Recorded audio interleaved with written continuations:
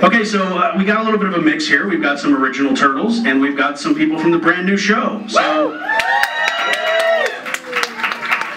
and just in case anyone was wondering, this is Townsend Coleman, who played the voice of Michelangelo in the original series.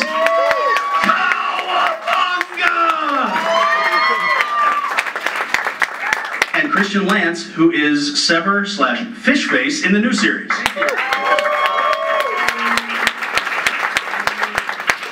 So let's begin kind of talking about the original series and kind of what the beginning and ladies and gentlemen, Mr. Cam Clarke takes the stage. Sorry, Shredder and Krang had me tied up, and the pizza man didn't show, and Ted. What are these excuses? Hi, Christian. And for those who would like to know, Cam Clarke was the voice of Leonardo in the original Turtles. And since this is also PowerCon and we're doing a little bit of a He-Man thing too, Cam was also the voice of Prince Adam and He-Man in the 2002 He-Man cartoon. That's what I heard. That's what I heard. Does that mean? I've been told. Well, don't believe everything. Yeah. It was in Variety. So let's talk about the original Turtles for a little while, and we started with because it's like this is what started it all. You know, there was the original comic book by Eastman and Laird. That was a very independent comic book, and Dick Wolf Productions decided to do a 5-episode miniseries, just as to kind of pitch it, and it blew up and went crazy, and then that begat toys and lunchboxes and sleeping bags and toothbrushes and everything else. And speaking for myself, when I got that job and read the script, I went, oh, this isn't gonna go. Yeah, it was the same with me. We were doing a Fraggle Rock session, and Stu Rosen, the guy who was going to be casting and voice directing this new thing called Teenage Mutant Ninja Turtles, came to a session and pulled out of his bag one of the comic books. We looked at it and we had the same reaction. He said, "What? This thing will never fly." And actually, in the casting process, they kind of just gave you guys the scripts and didn't have any kind of idea who was going to play who when you auditioned, because the two of you both, I think, read for Michelangelo originally, or vice versa. Well, I don't know about Cam, but I mean, I think we all sort of read for all the parts. Yeah. But yeah, well, we were who's going to be which one, and as you see, this is how it turned out. Yeah. But we did show up at the first session, though, not knowing who's who, who was going to be Leonardo and who was going to be Michelangelo, and it was just a crapshoot that Stu said for the first read-through. He said, "Townie, why don't you just take Michelangelo, the first one, and then we'll do the read-through, and then we'll switch parts, and you'll do Leonardo." Why did we switch? Because and I don't know if you remember this or not, but I vividly remember that during that first read-through, there was something going on in the control room in terms of political, creative differences or something. Because you mean it wasn't always harmonious? It wasn't no, it wasn't harmonious from the very beginning. and I just remember them coming out after that first read-through. There was a bit of tension and something going on, and we were not privy to that. We were just in the studio. But coming out of the control room, they were like, let's just get through this thing. And so I asked Stu, I said, well, do you want us to switch parts for the second read-through? And it was like the last thing from his mind. He didn't want to be bothered. He said, no, just do it again. And so we did it again and didn't end up switching parts. And Townsend made the second best Michelangelo. because I just listened to Cam's audition with Michelangelo, and I just ripped him off for the entire series. Thank you, my brother. I love this guy. Actually, do you mind if we yammer? Oh no, please. Yammer. I just want to tell you all how Townie and I met. Oh gosh. It wasn't at work. You just moved out? I just moved out here, yeah. And from Cleveland, Ohio. And we auditioned for... Because Cam grew up out here, and I was so new, I didn't know what to do out here as an actor, so I was trying to do anything I could think to do. And so with that in mind, we both auditioned for Super Password. And we find ourselves... We were sequestered. I don't know if any of you know how game shows work. They keep you sequestered because they do like 6 shows a weekend or something to do the whole week. And we were sequestered together, and we just kind of hit it off. Yeah. Yeah, I found out. What did you win? I found out the camp. I won $200 in a bedspread. I got a year's supply of pantyhose and a Mr. Coffee Maker. And he never used the coffee maker. Oh! Hey-oh! But yeah, so that's we met on Super Password. What a crack! And neither one of us won. Yeah, no. Yeah, my Gopher from Love Boat was my partner, and he ripped me to shreds. He was not a help. He's a politician now. That's the problem, I think. Now, at what point after that 5-episode run that was originally aired did they figure out this is a thing and it's going to be crazy and we need to make as many of these as we possibly can? When did that happen? I don't know. Was there anything they just called you guys and said, you show up one day, or was that afterwards? They told us, they called our agents and said, yeah, we're going to go to series with this thing, and they booked us and we started recording them. Now, it was just like, oh, great, okay. You know, it doesn't really mean, it means it's gone to series, but it means nothing. It's canceled in, 13 episodes. And so you don't like get all jazzed and go buy a, speedboat. Because you obviously have no idea whether the thing's going to be popular or not, or take off. I mean, like Cam said, it could go a couple episodes and then get canceled. Yeah. And I think for us too at the time, because I was doing other shows and Cam was doing other shows. And not to be disrespectful here, but it can seem like just another job. Not for me. Okay, for me it was just another.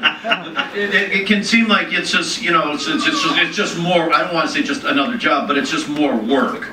It's just you just try and keep yourself busy, and if it's not this thing, you hope it's going to be the next thing because you're constantly auditioning for new work, and you just try and get as much as you can. Now I got a question though, because I was thinking about this because we started recording this.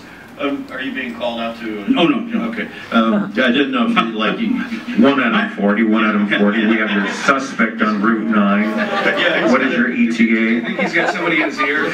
My agent's doing his community service out today, out on the 405 picking up trash. So that's But I remember started recording. We did that 5-part miniseries in. I want to say 87, but then it aired in 88. Is that right, Michelle? December of 87. December of 87. Okay. But then the series. Yeah, right. But then the series. When it actually went to series, started in 88, right? So that would be 25 years ago, like right now, like this month, right? You were much younger then. I was. In fact, I was a quarter of a century younger. So were you. You weren't even born. Were you even born yet? What year were you born? 77. He was around. He was our audience. That's hilarious. So yeah, so 25 years ago, like probably this month, September of '88, we started. And going to series.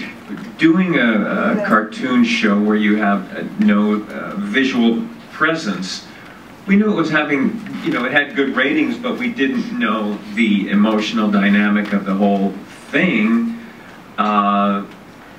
until you get out in real life and people find out, and it's just like John, Paul, George, and Ringo, Yeah. Now, you guys did they ever have you guys do public appearances or anything? That wasn't, they hadn't really started doing that sort of thing yet. That was I don't think like, so. No, yeah, a little bit, and only really to sell the show. I mean, I remember going to NatP one year. I don't know if you did that or not, but no, because I wasn't Michelangelo. But I gave you credit. I should have been there. Every time I went and did an appearance. Now, but this should be Cam Clarke. What kind of reactions did you guys get when you would tell people, like, hey, once it was a big thing, and you would tell people, hey, I'm the voice of such and such Ninja Turtle, like to little kids or even their parents at the time? Okay, so I love his story. He has the best. You know which one? Yeah. I'm in line for the movies. I'm at the movies, and I see this little kid who is decked out with the Ninja Turtle hat and a T-shirt and the doll and blah blah blah blah. And I think, I'm going to give this little kid a thrill. I'm going to tell him who I am. Now, nowadays, if a grown-up man walks up to your kid, he's like, call the cops! There's an Amber Alert on the freeway already just for saying hello. Yeah. So I go up to the kid and I say, so you really like the Ninja Turtles, huh? I can see by your stuff. And he's got an ice cream. Now I swear to you, I'm not making this up. He's doing this. So I hear you're a big fan of the Turtles. Uh-huh. Well, guess what? I'm Leonardo. He doesn't blink. He doesn't stop this. He just goes, oh yeah? And I'm Donatello.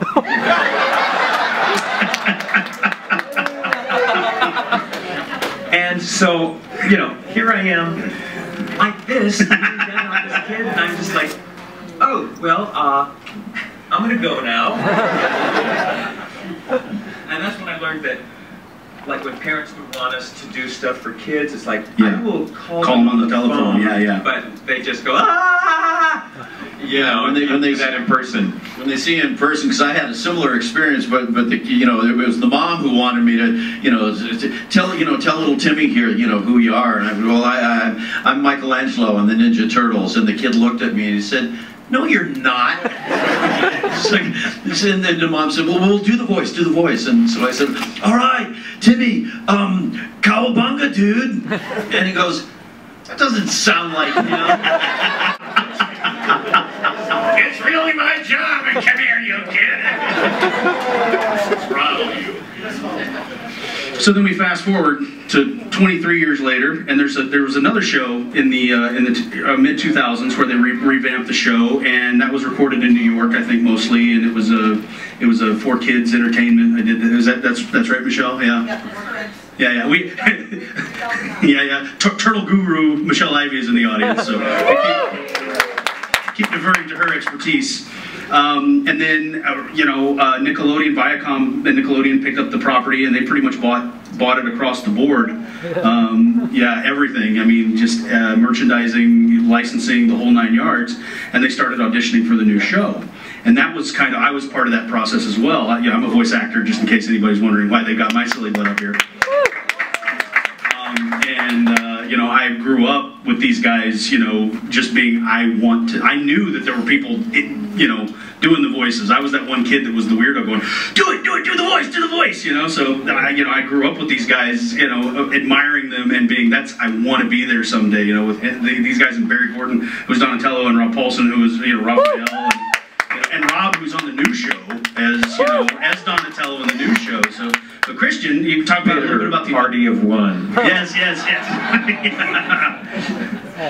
But when you started auditioning for the new show, tell us about the process of that and how because that was a crazy audition process. Yeah, I mean, the first thing was when I got a call from my.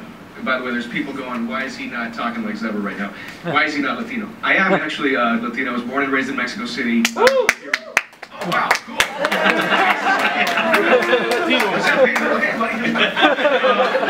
Viva la raza!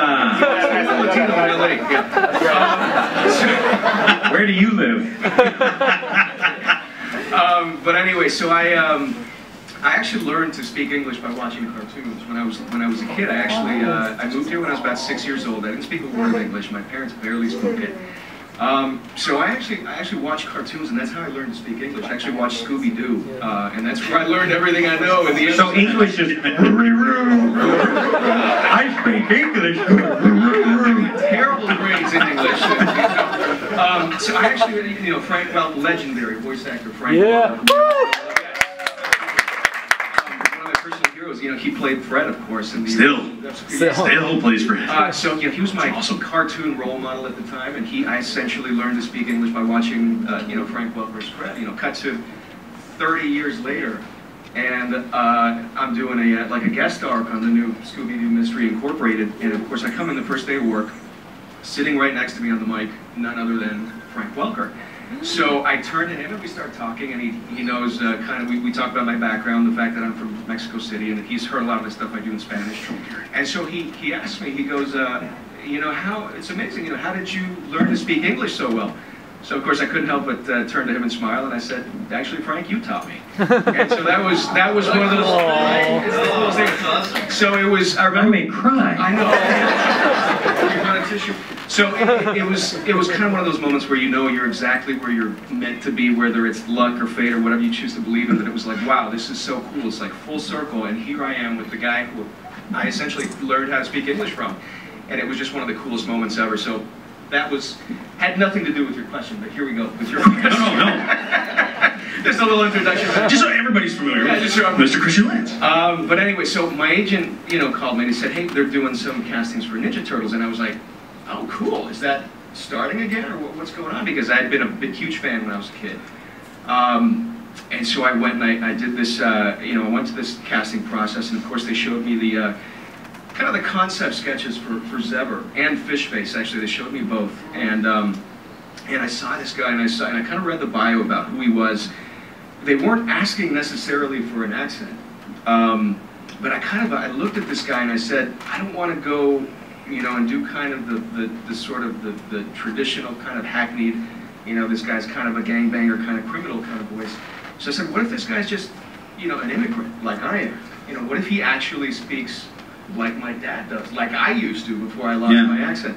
So I decided to do that, completely kind of took a risk because they weren't really asking for it. So I did that, and of course I came in, and you know, he talks like this. He's kind of like Antonio Banderas, but much meaner. And so I did that audition, and they were a little kind of like, yeah, okay, but try it without an accent. So I was like, I did a few lines without an accent, and then I would go right back to doing this. And I was like, and so I did that, and I left the audition. I was like, they're never going to call me back for that. Like, I just took a huge risk, and it's not going to pay off, but I had a lot of fun.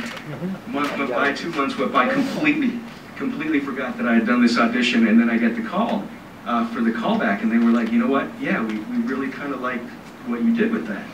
And I was like, cool, you know, because it was a big risk. Yeah. And I came back, and that was it. And I went to the callback and did more of the same. I figured if they liked it the first time. So, and that was it. And we started doing it, and it was really cool to kind of be doing a character that's new to the TMNT universe, you know, because it's, in a sense, it was a little bit easier because you're not trying to fill anybody's shoes and right shoes to fill. So that was really cool. That was really cool to see. My shoes are big to fill. They're huge. Well, it's the truth though, because I wound up pretty deep in for Raphael. Oh, cool. I did a lot of auditioning for that back and forth, and I think I auditioned for Michelangelo at one point too. But I was like, I'm the farthest thing in the world from Michelangelo. But it was that process where it was just, you know, it was hard because you go in and you're like, God, you know, I mean, the guys that I grew up, you know, just adoring, and I'm coming into like, it was one of those things where like, have you called these guys yet? Do you know if any of them, you know, I was like, get them in, because that's, you know, that's what should be here. This is what, and they're like, well, we're going a different kind of direction with the show. We want, you know, want to make them a lot younger and more teenage, you know, teenage oriented and everything. I was like, that wasn't teenage oriented back then, you know. But yeah, it was an arduous process, and it was daunting because you get in there and you're like, what do I do? You know, it's like I grew up, and it's so much ingrained in our heads, you know. So with the bad guys, when they decided to go without, you know, didn't do Rock Steady and Bebop, and you know, because Dog Pound and Fish Face are kind of the equivalent, you know.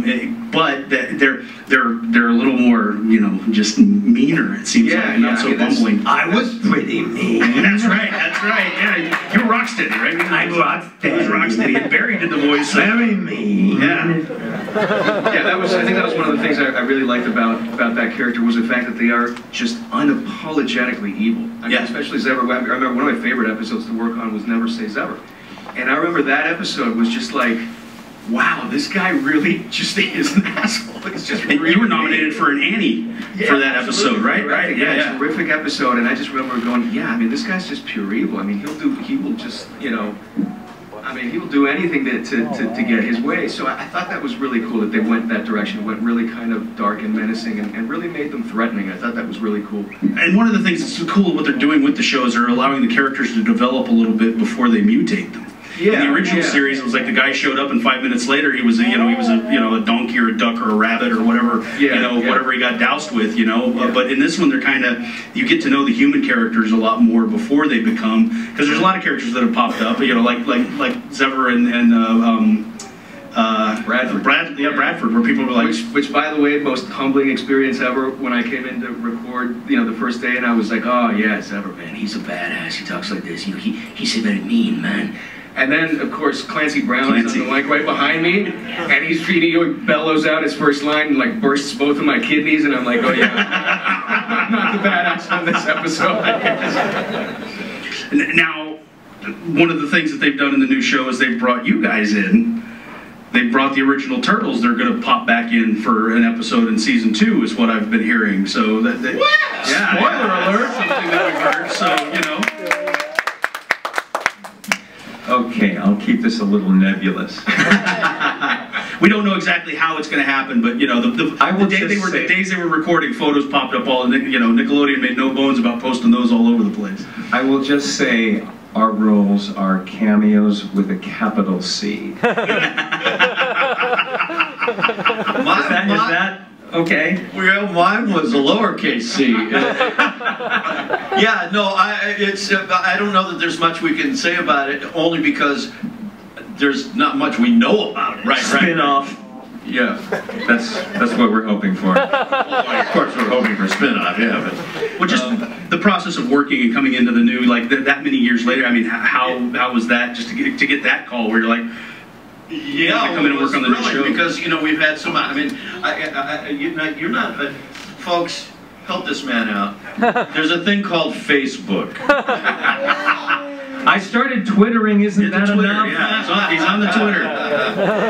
But Cam Clarke voices. But I started, getting a lot of folks on Facebook hitting me up saying, so like, when are they going to bring you like the old Turtles, the original Turtles, into the new series? And I'm like, I don't know. That'd be great. I'd love it if it happened. This is before it happened, and then we got the call.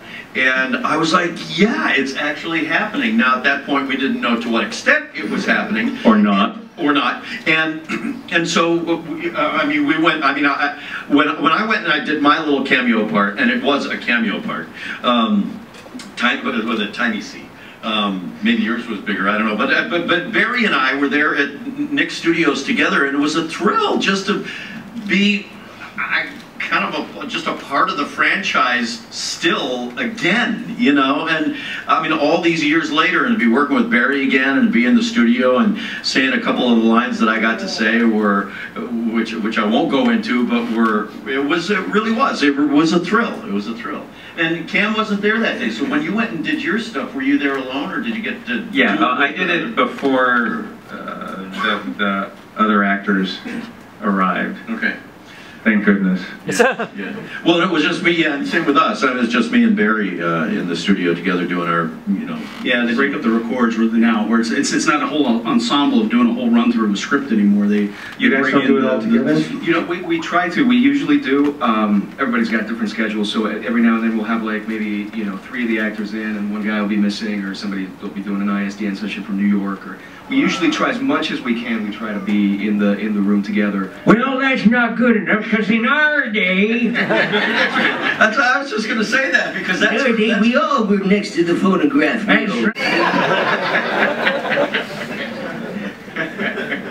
Yeah. So we but for the most part we try to. But every now and then, I think when you guys came in, you guys were there right before I came into the studio. Yeah. Yeah, I remember that episode being a complete surprise to me. I didn't know that was going to happen. And I remember my mind being blown and going, wow, I cannot wait to see this episode there. So that's all I'm going to say. It's just, look at that guy.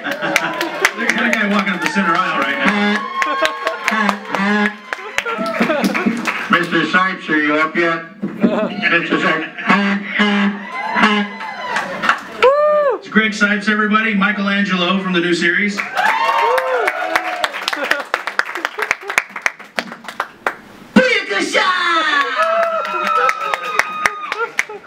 Like, no, dude, it's Cowabunga, bro.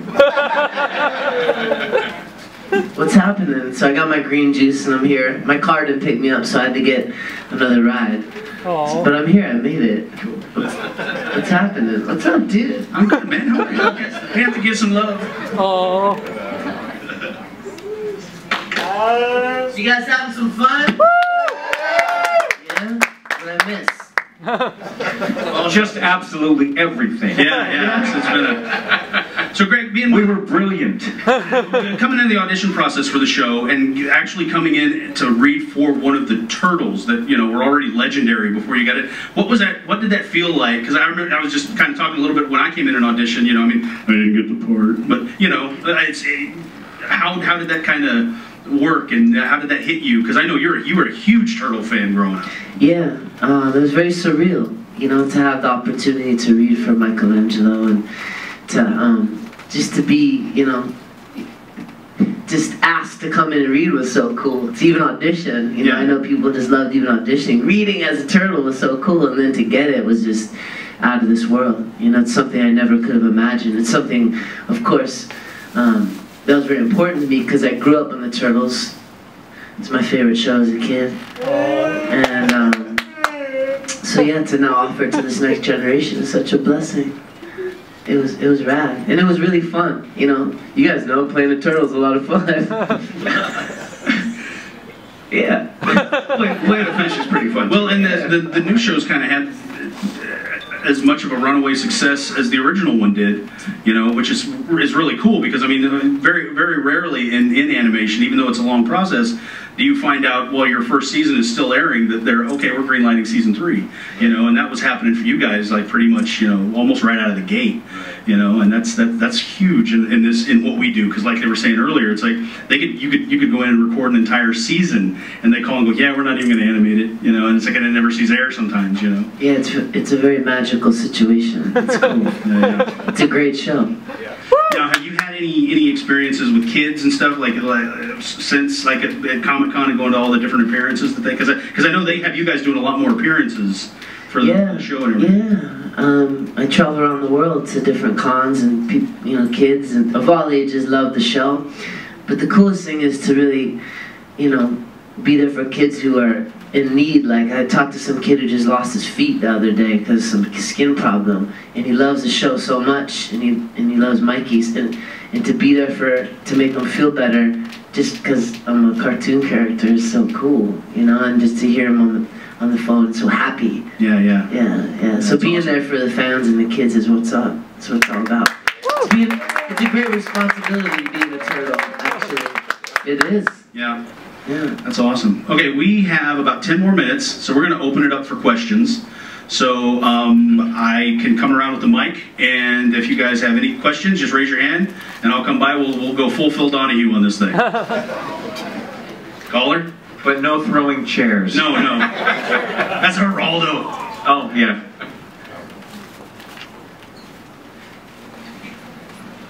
Hey guys, if you had to describe your characters in just one word, what would it be? Like the Turtles characters. Like if you just had one word to describe them, what would it be? Bodacious. Let's just go down the line. Straight man. The director, Sue Blue. These guys are all been kind of like looping everything, and I'm like, we gotta think of something fast. And I tried to like kick it up a notch, and she took me into the hall and she said, "You're the straight man.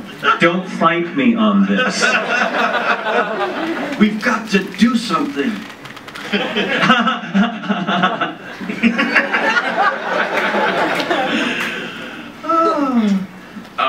I'd say unpredictable. Probably. Green. Thanks, Sam. You're doing a great job. Hey guys, first off, it's great to finally see you guys in person. Greg, I met you at WonderCon. You're amazing, man. What's up? And I just want to ask you guys, well, you guys all do an amazing job.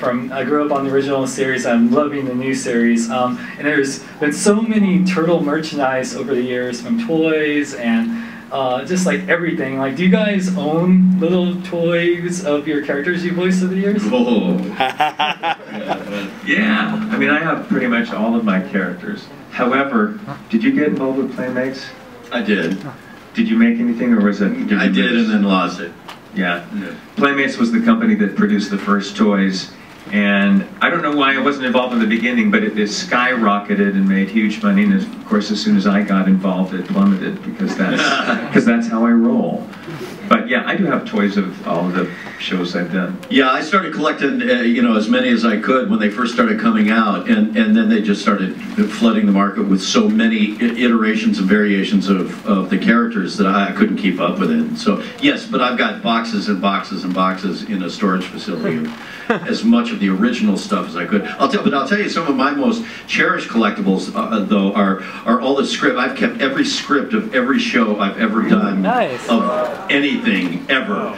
So I've got, like, for instance, the first 5 scripts of that first 5-part miniseries that was eBay. That was our pilot. You know, I've got the Bible from what they call the Bible from when the show first started, from that series. Yeah.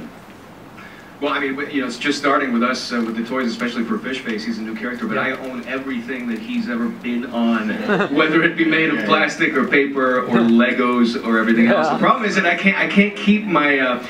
Every time I buy a Fishface figure, and they're really hard to find at Walmart or at Target or wherever, there's always some neighborhood kid that knocks on my door and goes, "Is this where Fishface lives?" Because, you know, some kids will tell. And so then, of course, I come over and I can't help but give him the figure, you know. So every time I can't. Oh. So now, like, I've probably bought, you know, I don't know, more than a couple dozen, and I just can't keep any. So everybody. I'm gonna buy one and just lock it up. I want to marry him. I got turtles coming out of my ears. You wear your turtles drawers to record, don't you? Sometimes. And that's it, actually. There's my turtle undies. Yeah. Girls are always snagging them though. Any more questions? We got one. Getting a workout. Yeah, I need it. Okay, so we heard a story earlier about working with, you know, Fred from Scooby-Doo. That was pretty cool. For everybody else up there, and even if you have another one, is there anybody that you guys would love to work with and haven't had the chance? Someone you dream about being able to sit next to and do a show with?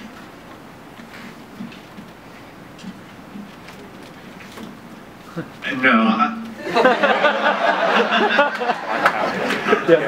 No, I'd love to do an episode with these two guys here. Aww. Yeah. You know, I see Rob Paulson's pictures on Facebook so often that he posts of your sessions, and it always looks so much fun. And I think, oh, wouldn't that be fun to kind of be back in that mix again? Yeah, we do have a lot of fun. I've been able to sit in on a couple of sessions of the new one. Rob's kind of my mentor, and so he's invited me in a few times. And man, it's amazing to watch them work and just how that, you know, I mean, literally, it's like it. You know, as a voice actor, you get booked for 4 hours in a session, and you go in for an entire script, and these guys are, you know, standing on the lobby in 2.5 hours, going, "Man, that was fun," you know, because it's just whoo, and it feels like, you know, I mean, it is lightning fast, you know, and it's amazing to witness. I think for me, kind of answering that question a little bit is, on some shows they do stunt casting, and as opposed to voice people, like, I know none of you are old enough to remember Father Knows Best, but I did a series with Eleanor Donahue, who was the oldest sister on the show, and it was like I went to heaven, and I told her I was unworthy to be in her presence. But for me, that's a turn on when I meet childhood sitcom or people from my childhood as opposed to others of us. That was great. Right.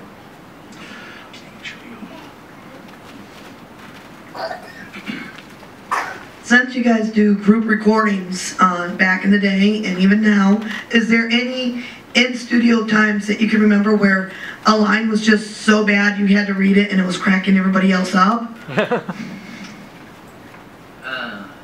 I I'm going to chime in real quick and say that when we record as a group, we'll do a couple passes. We'll do an A pass and a B pass, and we'll make sure that everything's, we've got everything the way it's written. And then we get kind of free reign. We get what's, some we call it a crazy pass or a free pass, and it's just we do a ton of improv, and it's all incredibly inappropriate and hilarious. And I wish, and when we do those, I just wish that they'd air a separate adult version on Adult Swim, and it would just be the most hilarious thing ever. And I mean, these guys are just hilarious. Folsom just cracks me up. Well, yeah. I mean, and it goes on forever and ever, and every take is different. So that's one of the most fun parts of the process. The guys, and when I say guys, I include women too, who populate this voice business in animation particularly. So many of them are so quick and so facile and so funny and so hilarious. Personally, I can't keep up. So what I find myself doing often in sessions is becoming, I just sort of lay back and become an audience member, and I just watch and marvel at the. Like Rob says, that's the show. It's not what airs; it's what's in the booth. Oh, that's the show. And we would and like Chris just said, yeah, it's like if you could have that as a separate show and watch what actually went on in the studio when they made F-ups. Right. And it's hilarious because it's real. Yeah. It's just the real stuff, and people script. And none of that's scripted. That's raw. That's just off the cuff. Yeah, flying around. Stuff. Yeah. Have any more questions? Oh, we got a couple. I think we got time for the 2 more, and I think we might have to wrap it up a little bit. There we go. Oh no, we don't. We can stay here as long as we want. Pizza! Let's order pizza! Oh, speak up, honey. Speak up, sweetie. I was wondering what your guys' favorite episode of the new Ninja Turtle series was. Favorite episode? Of the new one? The new set. Brian, what's your favorite episode? What's your favorite episode?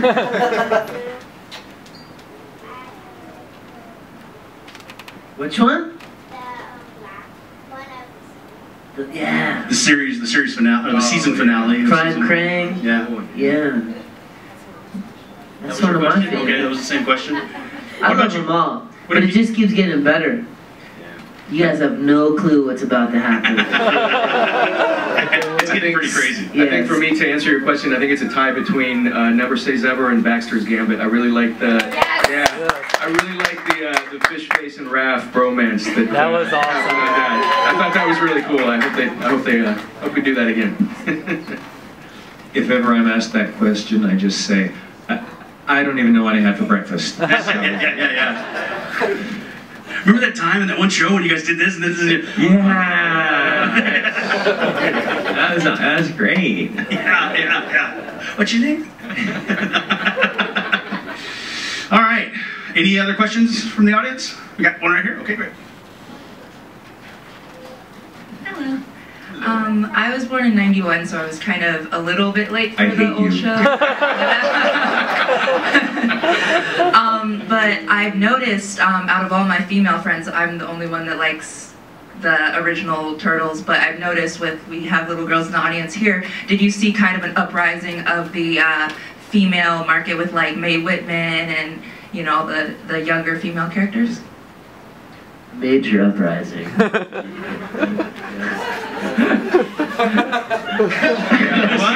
That stupid grin, man. That sounds great. Yeah, I think so. Especially on like Twitter and on Facebook and stuff, you see a lot of little girls tweeting about it or talking about it. Such a cute show. They're cute and vicious. It's like the perfect combo. Seriously. Oh, you know what I see a lot, and you know what I see a lot on media? Ninja Turtle nails. Girls with each. Yeah, I see that a lot. I know. They have everything, turtles. Yeah. I had a question for the voice of Fishface. Yeah. What was your interpretation of Baxter's Gambit? You said earlier that Fishface was pure evil, but then obviously they bonded a little bit there. But then at the end of the episode, I think he still attacked them. Yeah. Well, it's funny with that. I think what happened with Fishface was his mutation. I think more than anybody's. It was so tragic because here's a guy who was, I mean, a capoeira artist. He was like incredibly agile. He was a really cool guy. He was a really good-looking guy. He was, you know, he probably had it all going on for him. And this is a guy who got really the short end of the stick on his mutation because suddenly he loses his legs. He's not, you know, good-looking anymore. He's not this, you know, sexy Latino guy anymore. So I think that really humbled him. And I think that's something I think that we're going to see, you know, in future episodes is how his mutation really kind of, you know, brought him down and kind of really humbled him. And I think that's what happened in that episode where he kind of realized that maybe his ways were not working out in the best way. So I guess that's my take on it. Yeah, they really are getting kind of deep with the characterizations, you know, and really getting into the meat of the characters, you know, how their wheels turn and everything. Yeah. Which is kind of neat. It's not just, you know, it's not just to beat them up. You know, I mean, it really has a lot of you know, good stuff, good meaty stories going on. Yeah, it's as good as any like big network live action fantasy drama kind of show. Yeah, sure. It is. It's for the kids, but it's also made for all of us. Well, and that's the other thing especially too. as these new seasons start coming out, you'll realize it just keeps getting deeper and deeper and deeper. Yeah, it's neat how it spans both generations. Or yes, the depth of pizza ordering that was probably the deepest. Series was very sophisticated. Well, that's the difference between the old series and the new series. It just gets a lot deeper. I'm just you guys eat pizza still? Yeah, they still do. No, but now I mean deeper because now we put spirulina on the pizza. Right? Algae instead of pepperoni. It's gluten-free pizza. Yes. All right. Well, I think they're going to have another week. One more question, and then I think we'll have to wrap it up here. Aww. I know we could stay here and party all day, but Pizza party. Sorry, I thought about this at the last minute, but just a quick question for the new guys. Do you know why Nickelodeon aired the episodes so sporadically over the last year? Because, I mean, I kind of found myself trying to chase the episodes because, you know, they would show for, you know, 4 or 5 weeks straight and then it'd be gone for like 3 months and then it would come back. Is there a reason why they did that? Riding ratings, probably. Putting other shows around Turtles so the other shows get eyes. So they use shows to help other shows. Yeah. But I don't know. That sounds good. Yeah, that's part of the process. We're never, you know, made aware of how that goes. Yeah, but also these shows take so long to make. Yeah. They really do. It's the thing too. It's not just one session where we record an episode. We'll record it and we'll come back and do more stuff, and then a month or 2 later we come back and do ADR for the fight scenes because they go and they animate those, and then we come in and voice them. So the process is so long for each episode that I'm sure it's just incredibly difficult to keep track of. I mean, to keep everything on a tight schedule. Yeah, and sometimes you're recording an episode up to a year before it even airs. Oh, even more so. Yeah. Sometimes they ask me, I'm just like, hold off another week or two. That episode, I'm just feeling like you know, next Tuesday would be a good time. All right. Well, we want to thank everybody for coming. Thank you for making this such a great family. We want to thank Clarke, Townsend Coleman, Christian Lance, and Greg Cipes. Give them all a big round of applause. There we go.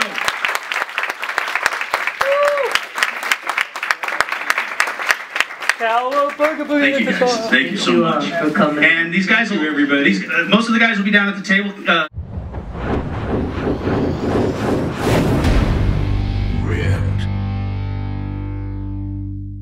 Check out bkbn.net. Jason David Frank, Tommy the Green Ranger.